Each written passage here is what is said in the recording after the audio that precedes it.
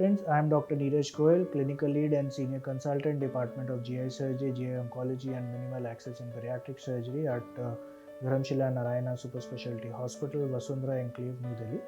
Today I'll be discussing with you about the colorectal cancers, the symptoms, the causes and the treatment and how it is diagnosed. Colorectal cancer prevalence is increasing nowadays due to the lifestyle changes which we are having. Colon, as we know, is a part of the intestine which is called as the large intestine, starts from the right side of our body and continues to the left side and to the anal canal and terminates at the anal opening. Cancer can afflict any part of this colorectal system and the anal canal, which is included into a single topic of colorectal cancers.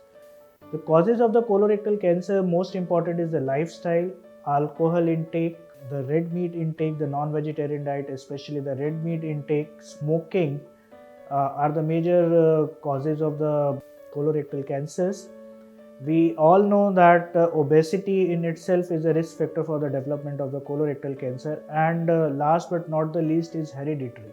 There are certain hereditary syndromes which are making the patient prone to development of the colorectal cancer.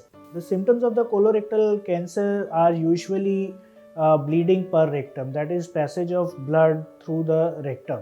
It can be bright red or it can sometimes be black.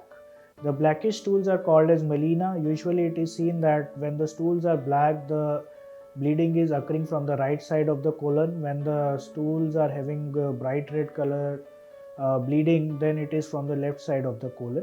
Patient can have recent change in the bowel habits. It means that the patient has developed constipation very recently. He was having normal bowel habits sometimes back, but now he is getting constipated.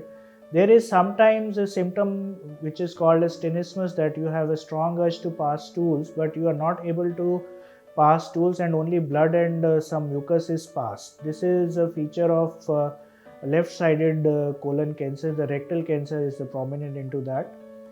And sometimes the patient present with a pretty advanced stage when there is some fluid in the body which is called as ascites. Sometimes the patient can present with bowel obstruction. Sometimes the patient can present with perforation of the bowel. These are all are rare complications. Patient usually have anorexia, loss of appetite and loss of weight associated.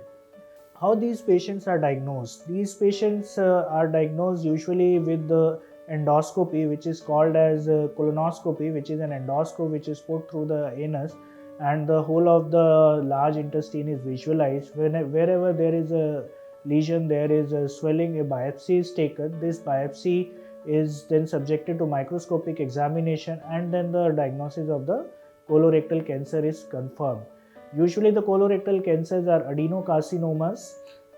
When these colorectal cancers are diagnosed, the patient is asked to undergo a CT scan of the abdomen. The CT scan is done for the staging of the disease. When the patient is taken up for the CT scan and the disease is deemed operable, I am talking here about the colon cancers. We will separate the colon and rectal cancers.